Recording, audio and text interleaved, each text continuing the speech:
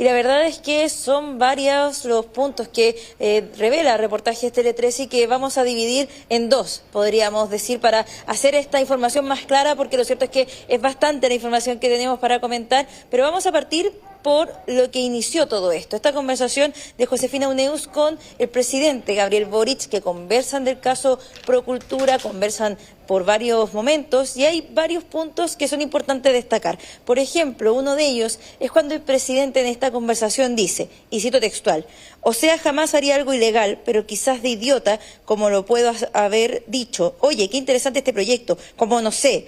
Pero, y ahí hay unos puntos suspensivos, después dice, saqué todos mis celulares antiguos para ver si tenía mensajes con él, refiriéndose a Larraín, porque me imagino que, o sea, yo hablaba con él, era cercano, no me voy a hacer el tonto con eso. Parte entonces de estas conversaciones que se comienzan a revelar y que por supuesto marcan sin duda la pauta en la política, refiriéndose también a cuánto sabía el presidente del caso Procultura. Hasta ahí parecía una lista respecto de su conocimiento, pero con el pasar de las horas esto ya fue mutando y tomando otro color, podríamos decir. ¿Por qué? Porque se conoció una conversación entre Patricia Ilonka Silac, que es secretaria y cofundadora de Procultura, y Constanza Gómez, representante legal de Procultura. Esta conversación entre ellas habla también con una tal Lucía. ¿Qué tiene que ver esta conversación? Bueno, tiene que ver porque Lucía, que es la persona que sale apuntada en estos diálogos, dice que se le había prometido pagos para saldar una supuesta deuda.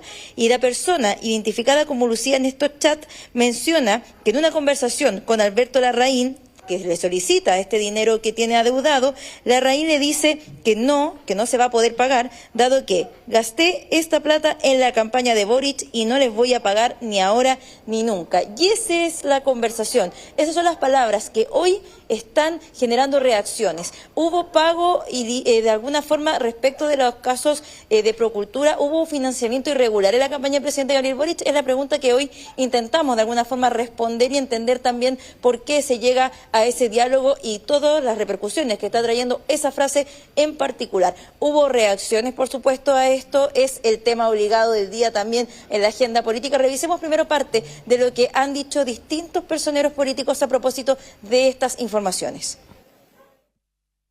El presidente Boric no puede seguir escondiéndose ni ocultando la verdad. Presidente, llegó la hora de entregar sus celulares. Llegó la hora de ponerse a disposición de la Fiscalía. Es un caso de corrupción escandaloso, vergonzoso. Es mucho dinero. Y lo peor de todo es que eso está en el corazón de la moneda. Todo apunta a la gente más cercana al presidente de la República.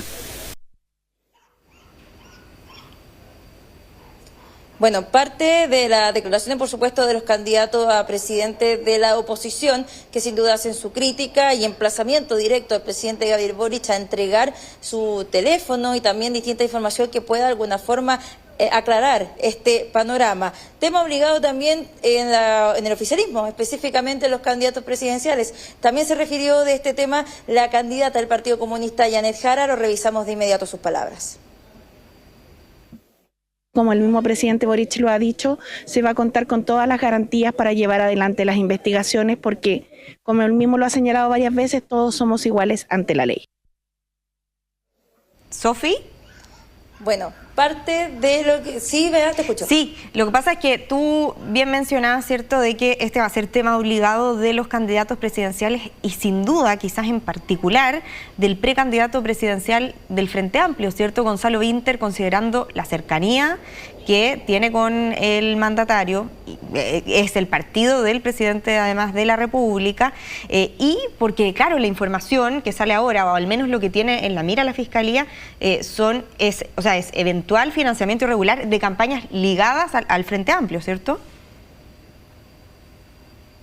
Sí, de hecho, bueno, el candidato Gonzalo Vinter está en una actividad en San Antonio, así que también estamos pendientes de si hay alguna declaración a propósito de esta acusación grave, entendiendo que se está poniendo en la mira estas campañas y por supuesto cómo se habrían financiado, y con esto que habla Alberto Larraín se abre sin duda todo tipo de dudas que se tienen que aclarar, y por supuesto veremos la reacción del candidato Gonzalo Vinter a propósito que es el candidato del partido del presidente Gabriel Boric y por supuesto supuesto es quien quizás también tiene que ver las secuelas que pueda traer a su propia campaña. Así que eso es un tema que veremos en los próximos minutos, en las próximas horas, pero lo cierto es que así como vemos reacciones, también ya hay quienes han dado distintas informaciones respecto de acciones que se van a llevar adelante. Pero vamos a partir con el oficialismo, porque sin duda este es un tema que llega como un balde de agua fría al sector y que por supuesto también piden transparencia y sobre todo también defienden otros al presidente Gabriel Boric. Veamos qué dicen desde el sector oficialista.